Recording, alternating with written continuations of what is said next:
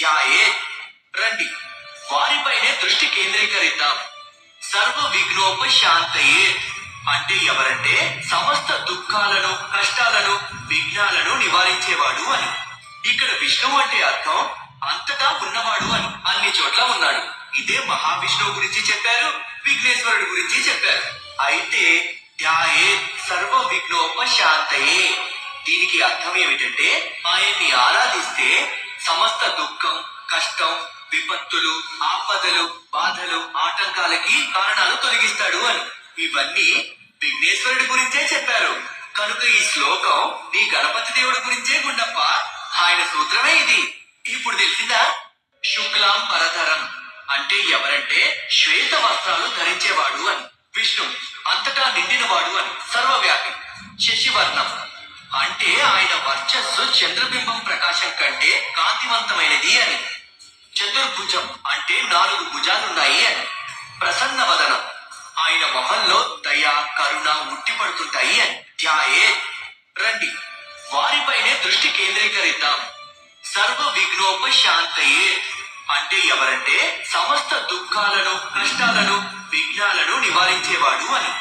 ఇక్కడ విష్ణువు అంటే అర్థం అంతటా ఉన్నవాడు అని. అన్ని చోట్ల ఉన్నాడు. ఇదే మహావిష్ణువు గురించి చెప్పారు, విఘ్నేశ్వరుడు గురించి చెప్పారు.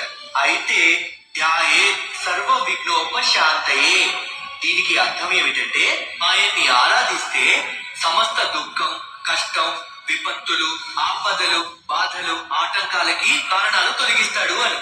ఇవన్నీ విఘ్నేశ్వరుడి గురించే చెప్పారు.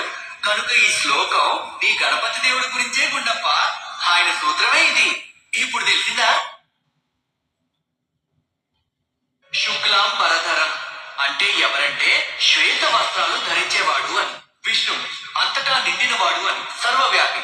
శశివర్ణం అంటే ఆయన వర్చస్సు చంద్రబింబం ప్రకాశం కంటే కాంతివంతమైనది అని. చతుర్భుజం అంటే 4 భుజాలున్నాయి అని. ప్రసన్న వదనం ఆయన మొహంలో దయ, కరుణ ఉట్టిపడుతుంటాయి అని. ధ్యాయే రండి వారిపైనే దృష్టి కేంద్రీకరిద్దాం. సర్వ విఘ్నోపశాంతయే అంటే ఎవరంటే సమస్త దుఃఖాలను, కష్టాలను, విఘ్నాలను నివారించేవాడు అని. ఇక్కడ విష్ణువు అంటే అర్థం అంతటా ఉన్నవాడు అని. అన్ని చోట్ల ఉన్నాడు. ఇదే మహావిష్ణువు గురించి చెప్పారు, విఘ్నేశ్వరుడు గురించి చెప్పారు.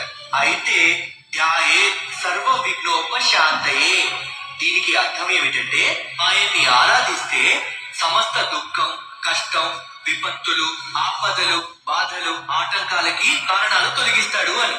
ఇవన్నీ విఘ్నేశ్వరుడి గురించే చెప్పారు. కనుక